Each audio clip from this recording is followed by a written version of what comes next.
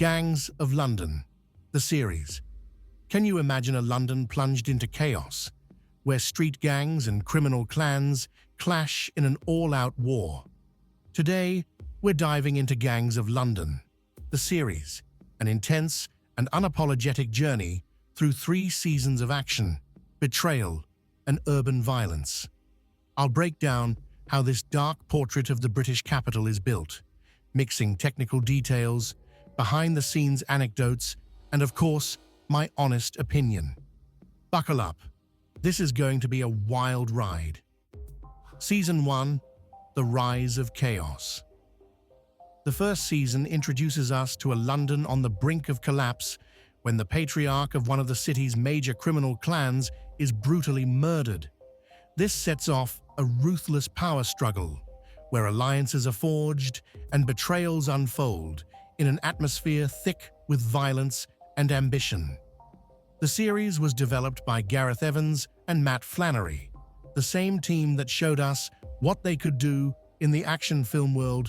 Joe Cole stands out as Sean Wallace, delivering a gripping performance as a man trapped between honor and survival in the criminal underworld. Set in modern London, the show takes inspiration from real urban gang culture and the legacy of British organized crime, blending fact and fiction to create an uncompromising portrayal. Anecdotes and fun facts. Many fight scenes were shot with an impressive level of realism, using choreography reminiscent of Evans's best action sequences. The show shocked audiences with its graphic violence, setting a new standard for the crime drama genre on television. Opinion: Season 1 kicks off strong. The pacing, atmosphere, and performances immediately draw you in. However, at times, the narrative feels as thick as the cigarette smoke on screen, and the sheer brutality might not be for everyone. But if you love raw, unfiltered action, this season is a must-watch. Season 2, The Expansion of the Criminal Empire. The second season dives deeper into the internal conflicts of the criminal clans and the expansion of the crime empire. With new characters and unexpected alliances, the battle for control intensifies, pushing the violence and intrigue to almost claustrophobic levels. Following the style of the first season, the raw visual aesthetic and fast-paced storytelling remain intact, with contributions from guest directors who enrich the saga. Joe Cole returns with force, and new faces like Michelle Fairley bring an even darker tone to the story. The show's evolution is influenced by global power struggles and the growing reach of international crime organizations, reflecting the chaos of the modern era. Anecdotes and fun facts. Some actors shared that the intensity of filming felt like they were in the middle of a real gang war. The second season includes scenes that, according to reports, were so demanding they pushed the technical team to its limits. Opinion: This season raises the stakes. The story becomes even darker and more complex, and the acting quality is undeniable.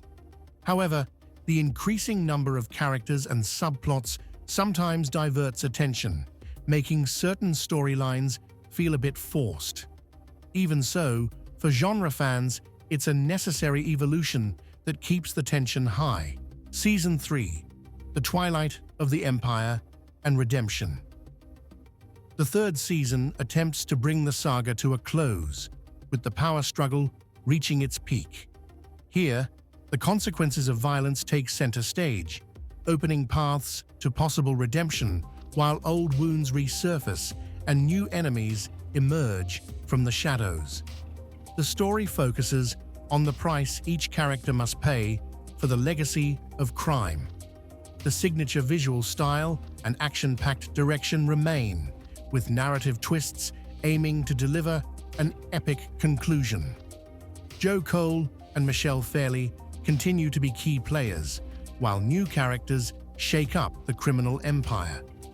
Set in a London that seems to have surrendered to chaos, this season reflects on the human cost of ambition and power, drawing parallels with historical and current conflicts in organized crime. Anecdotes and fun facts. It's rumored that the production was inspired by real-life organized crime cases in London, adding authenticity to the story. Some fans have praised the season's gothic and oppressive atmosphere as one of the best ever achieved in crime television. Opinion. The third season aims to wrap up the saga, and in many ways, it succeeds. The intensity and drama are at their peak, and the performances solidify the show's legacy. However, the ending feels somewhat predictable, and at times, the story loops back on itself, making the pacing drag more than necessary. Would a more concise conclusion have been better? That's the big question. Conclusion and final thoughts. In summary, Gangs of London. The series is a brutal and fascinating journey through the criminal underworld of a city in crisis. Season 1 starts strong, introducing a dark and violent London that hooks you immediately. Season 2 raises the stakes with intense conflicts and shocking twists, though it sometimes loses focus. Season 3 aims for a grand finale with themes of redemption, but stretches itself a bit too thin.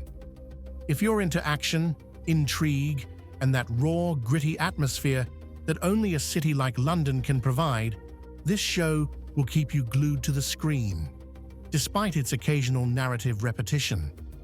What do you think of this saga? Does the show capture the brutal reality of London's streets, or does it become too repetitive?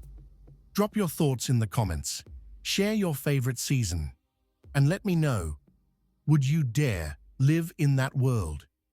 If you enjoyed this review, hit the like button, subscribe, and turn on notifications for more direct and unfiltered takes on the best and worst of film and TV. See you in the next video.